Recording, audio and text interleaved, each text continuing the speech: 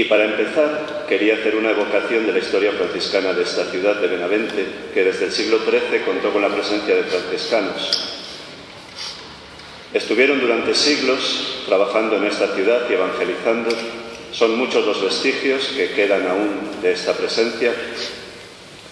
Fue Benavente para la Orden Franciscana un núcleo importante porque aquí tuvieron lugar grandes capítulos de nuestra historia, aunque ya hace un par de siglos que no están aquí presentes.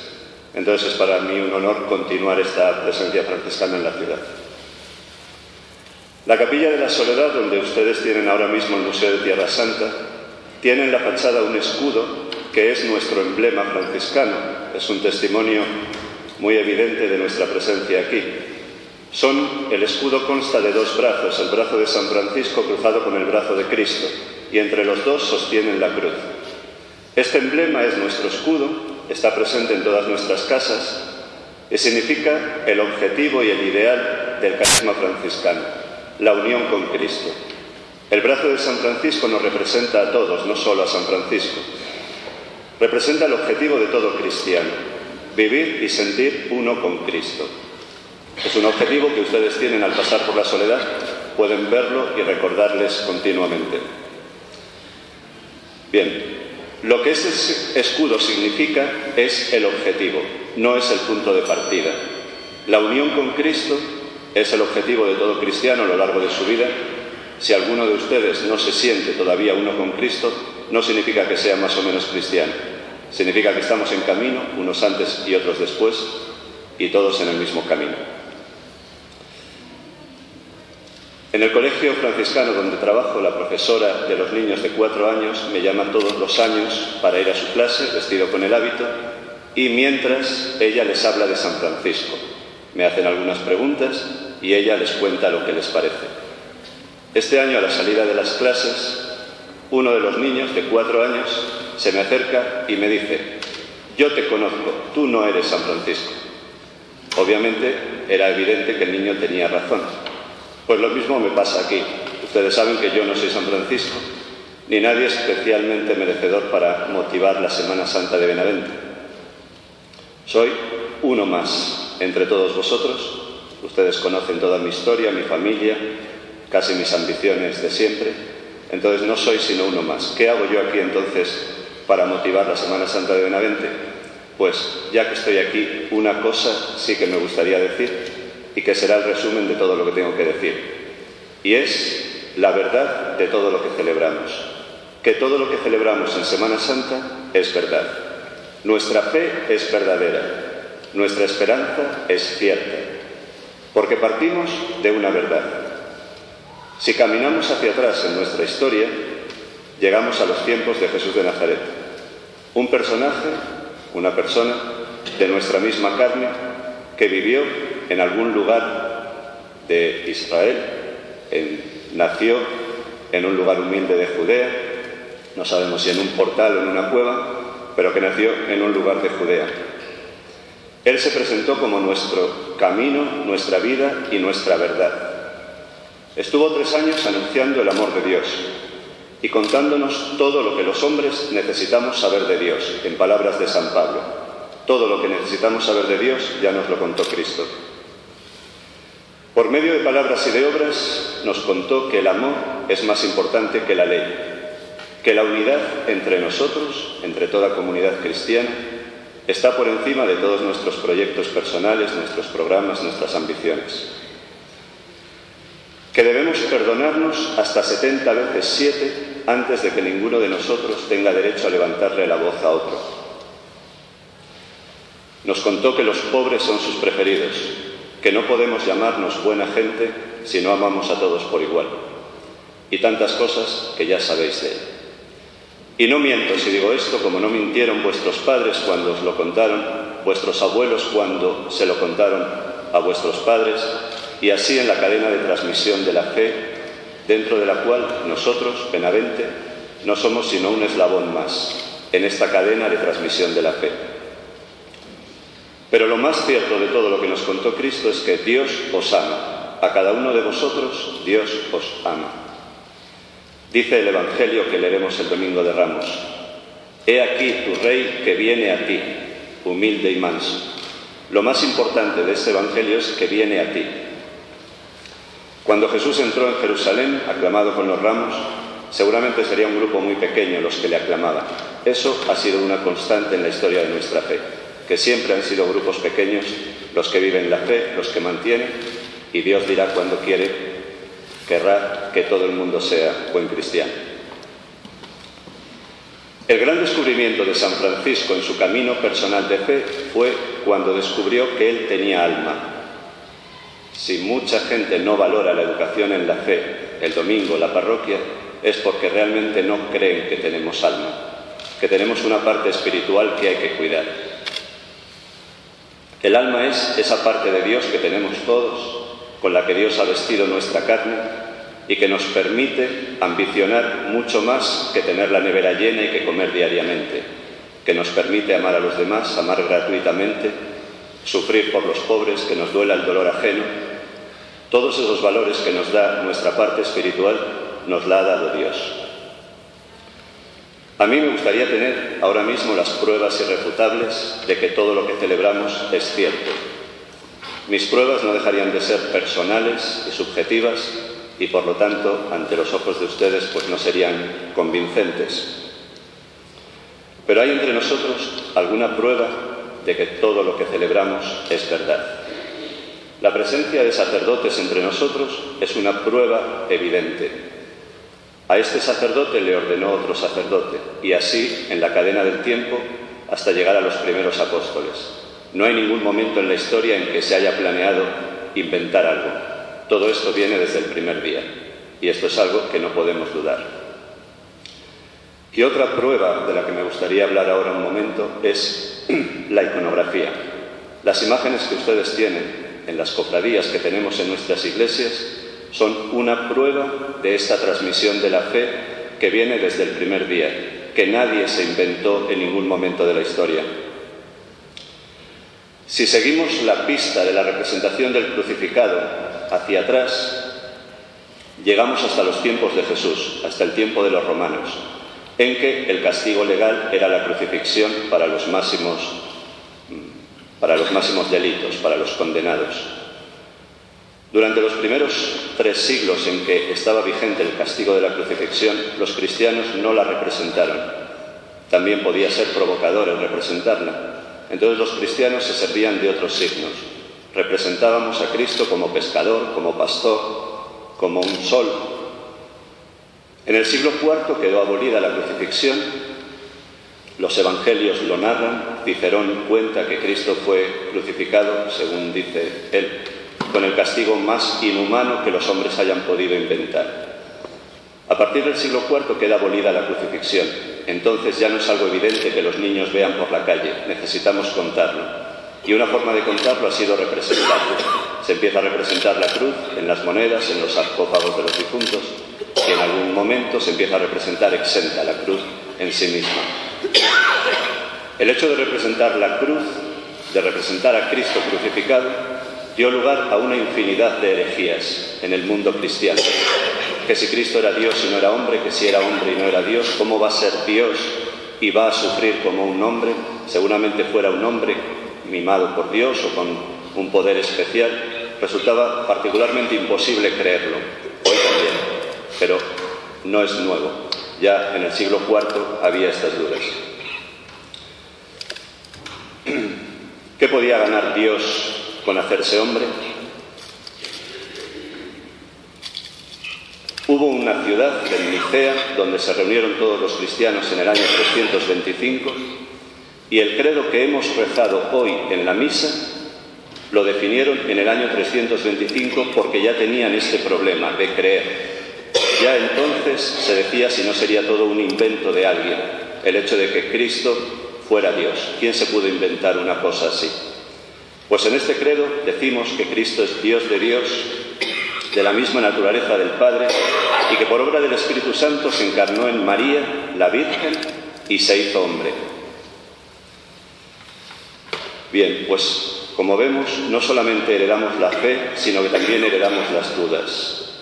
No es de mal cristiano el dudar de todo esto, el no creérmelo del todo. Esto ya pasó desde el principio de los tiempos.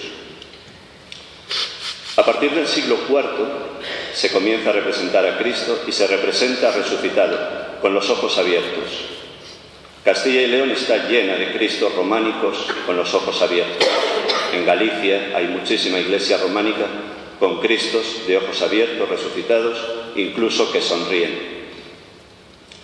En torno al año 1000 se abre un gran debate iconográfico en Europa de si es mejor representar a Cristo con los ojos abiertos, resucitado, para moverles a ustedes que sufren a vivir con fe de que algún día nosotros también participaremos de esa gloria, o si es mejor representar a Cristo crucificado y sufriente para que ustedes vean que su sufrir también lo sufrió Cristo, que no están solos. La pregunta la podríamos hacer aquí. ¿Ustedes qué prefieren, mirar a un Cristo resucitado o a un Cristo crucificado? ¿Qué les motiva más en la fe a ustedes? Bien, pueden responderse en su interior. La Iglesia ha respondido siempre que ambas imágenes son necesarias. Ambos son dos momentos de la misma catequesis, de la vida de Cristo. Estas imágenes que las tenemos en Benavente, en las cofradías, está Cristo crucificado, está Cristo resucitado, en esta iglesia las tenemos, no las tenemos por casualidad, porque una cofradía o porque un sacerdote quisiera esa imagen. Las tenemos porque forman parte de la tradición cristiana. Desde el principio de los tiempos este ha sido un debate en la iconografía y las dos imágenes han estado presentes. En 1205 San Francisco se convirtió delante del Cristo que llamamos de San Damián, porque la ermita estaba dedicada a este santo, a San Damián. Se convirtió a la fe delante de un Cristo de ojos abiertos, aquel que le dijo: Francisco, ve y repara mi iglesia, que como ves amenaza ruina. Sin embargo, San Francisco vivió toda su vida queriendo identificarse con el Cristo crucificado y al final de su vida recibió los estigmas de la pasión, las marcas de la pasión de Cristo de los clavos. San Francisco las recibe. Es el primer santo del que hay documentación de que esto es cierto. Después de él ha habido muchos y antes de él no hay pruebas, documentación de que haya sido veraz este regalo de la estigmatización. Bien, pues a partir de aquí San Francisco promovió y seguramente influyó en el arte para que se representase más a Cristo crucificado, sufriente. Los franciscanos potenciaron mucho el rezo del Vía Crucis, el nacimiento de las cofradías, no solo de la Vera Cruz, que estaba vinculada en todos los conventos franciscanos a esta cofradía, sino seguramente a otras también.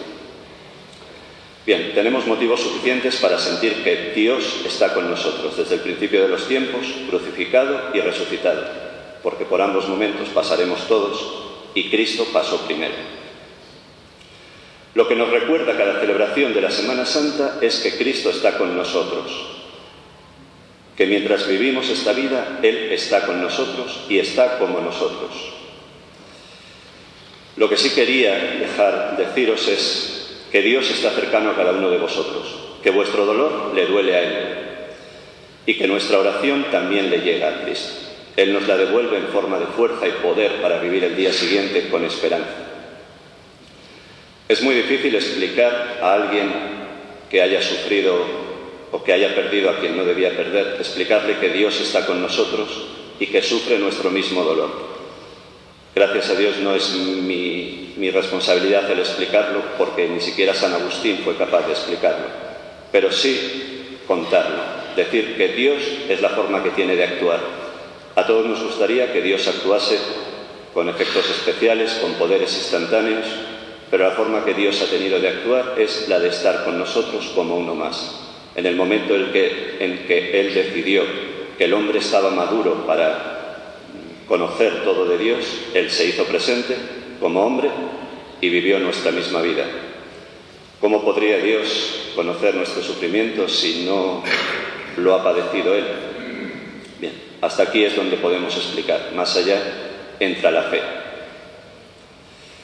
Cuando nosotros oramos ante un paso de Semana Santa, cuando nos dejamos estar a la sombra de Cristo, Él nos entrega su poder y su fuerza y nos hace capaces, mediante el don de la esperanza, de vivir y de seguir luchando.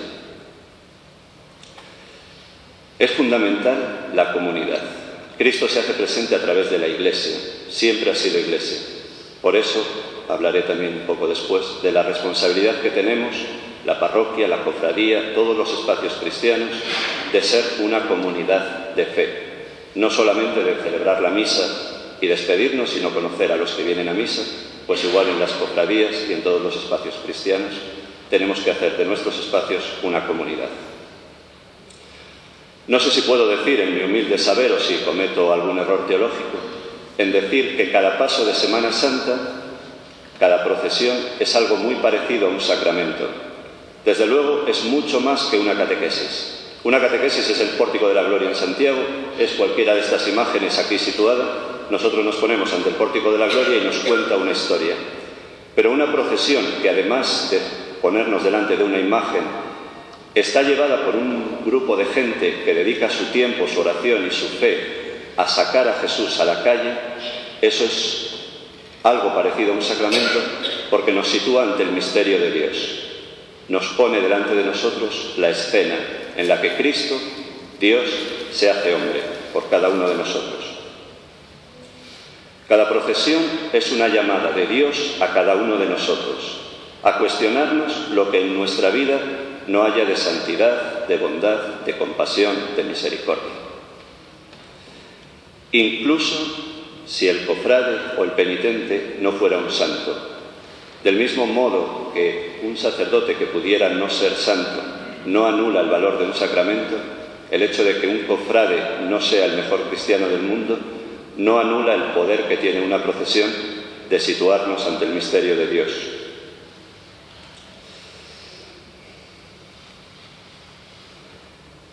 Todos somos igualmente cristianos e igualmente hijos de Dios, estemos más avanzados o menos en santidad. La única diferencia es que estaremos antes o después en este camino de santidad. Pero dice Jesús que la recompensa no será mayor para el que madrugó más. Bien, es tarea de cada cofradía, como lo es de cada parroquia, llevar a sus miembros, a las personas que vienen a esta cofradía, de llevarles a Cristo y ofrecerles un camino de santidad y de fe. Incluso la cofradía tiene alguna ventaja mayor que la de otros ministerios. Cuando yo estoy hablando, ustedes me miran a mí y yo puedo referirles a Cristo o puedo referirles a mí mismo, a lo que ustedes conocen de mí. En cambio, la cofradía, el hecho de ir en grupo, de ir todos vestidos, de llevar el paso en el centro, nos hace mirar directamente a la imagen, sea de Cristo, sea de María. Nos sitúa directamente ante el misterio de Dios. ¿Cómo puede una cofradía, como una parroquia, llevar a sus miembros hacia la santidad? Pues no hay otro camino que los sacramentos, vividos en comunidad. La comunidad es primordial. En otro tiempo se valoraba mucho lo de llevar aquí una vida de santidad para ganarse la otra vida. Hoy nosotros ya no hablamos tanto de esta vida y de la otra vida. Entendemos que todo es una misma vida, en la que vivimos distintos momentos. En esta vida tenemos que salvar ya esta vida, no esperar a salvar la otra. Salvar esta vida ya, y para esto hoy valoramos mucho, la Iglesia valora mucho la comunidad, que las parroquias sean espacios vivos, no espacios donde la gente viene a misa y se va, sino espacios donde la gente se encuentra y nos apoyemos unos a otros. Me gustaría hablar de todos los sacramentos, pero no hay tiempo. Entonces, si tengo que destacar un sacramento y un mandamiento, destacaría el tercer mandamiento, santificar las fiestas, el sacramento de la Eucaristía. Vivir la Eucaristía abrirá la puerta a vivir todos los demás sacramentos, y es el que nos sitúa a la vez ante Dios y ante la comunidad. ¿Que a alguien la Eucaristía le parece pesada? Pues hoy estamos en un tiempo muy democrático, donde en todas las parroquias hoy se puede opinar, se puede cantar, sugerir, cambiar, proponer y hacer que las Eucaristías sean espacios vivos como la misma parroquia. Cada celebración, cada Eucaristía, cada Semana Santa nos aporta una palabra, un mensaje, algo para seguir creciendo. Del mismo modo que a un niño no le podemos dar toda la comida que necesita hasta los 18 años para que crezca de repente, un cristiano también necesitamos este alimento poco a poco, día a día, Semana Santa a Semana Santa. Vivir cada momento con fe para seguir creciendo. Otro sacramento que, por ser Cuaresma, pues necesito hablar de él, es el sacramento de la confesión. La Cuaresma es un momento para vivir el sacramento de la confesión, dentro de la cofradía, dentro de la parroquia, en todos los grupos. Dice Benedicto XVI, en una papa ya emérito, en una de sus encíclicas que el juicio de Dios al final de nuestra vida será sobre una base de misericordia, la misma base de misericordia con la que una madre juzga a un niño al final del día. ¿Quién no ha llegado o ha visto llegar a un niño con los pies llenos de barro y mamá le riñe, a la vez le prepara el baño, pero también le riñe, le dice por dónde tiene que ir al día siguiente o le enseña a saltar los charcos para que al día siguiente no caigan los mismos charcos? Bien, pues el juicio de Dios, dice este hombre, que será algo muy parecido a esto. Un juicio sobre una base de misericordia. Si no queremos llegar al final de nuestra vida con todo el barro acumulado desde la juventud, pues para eso tenemos el sacramento de la confesión. Bien. La misión que tenemos todos en una cofradía y en una parroquia es vivir y transmitir. Para mí es una riqueza el trabajar en una parroquia por muchísimas cosas, pero una de ellas es porque cada día entra alguien con una problemática distinta, te hace meterte en muchas situaciones de la vida.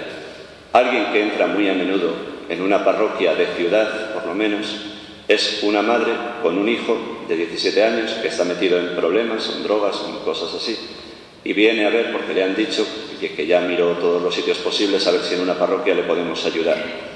Bueno, pues se le da la respuesta que en ese momento proceda, pero por dentro estás pensando, señora, ¿por qué no me trajo usted a su hijo hace 5 años, cuando aún su hijo podía aceptar un consejo mío? Hoy en día un chaval de 17 años que nunca haya vivido la fe, es muy difícil que tú le puedas hablar de comunidad, de ayudar a los pobres, de tener otros ideales distintos de su propio disfrute, es muy difícil. ¿Qué pasa con los niños de 10, 12 años? Están perfectamente controlados por mamá. Si el niño tiene un amigo nuevo, mamá hace una merienda de amigos y ya conoce a su amigo nuevo y lo tiene todo controlado. Y piensa que va a ser siempre así. Pero de repente el chaval llega con los pantalones caídos, necesita una visera para sobrevivir, si no tiene un piercing en la lengua, y mamá entonces descubre que ha perdido el control sobre ese hijo. Por lo menos que hay otros grupos que tienen más influencia que una familia sobre ese niño. Pues aquí es donde tenemos la responsabilidad los espacios cristianos. Y yo, en el tiempo que estuve con la Cofradía de la Veracruz en Santiago, vi todo lo que se puede hacer desde una cofradía. En una cofradía tenemos que preparar la Semana Santa, pero mientras la preparamos, son muchas las cosas que podemos hacer por ayudar a niños y jóvenes. Hay una anécdota de San Francisco que se cuenta en un convento llamado Montecasal, pues estaba de guardián un fraile que en sus tiempos de no fraile había sido del ejército, un caballero fuerte y poderoso, y un día recibió la visita de San Francisco y le contó, seguramente con vanidad, que había defendido bien a sus hermanos, que era un buen guardián, porque acababan de pasar 3 ladrones por el convento y él se había peleado con ellos, los había ahuyentado y sus hermanos estaban a salvo. Y San Francisco le preguntó, ¿y qué pasó con los 3 ladrones? ¿Les hablaste de Dios? ¿Van a seguir siendo ladrones? ¿Por qué son ladrones? Este guardián no supo responder. San Francisco le puso como penitencia llenar un saco de pan y buscar a esos ladrones y no volver hasta que los ladrones dejasen de ser ladrones. La historia cuenta que esos ladrones acabaron franciscanos.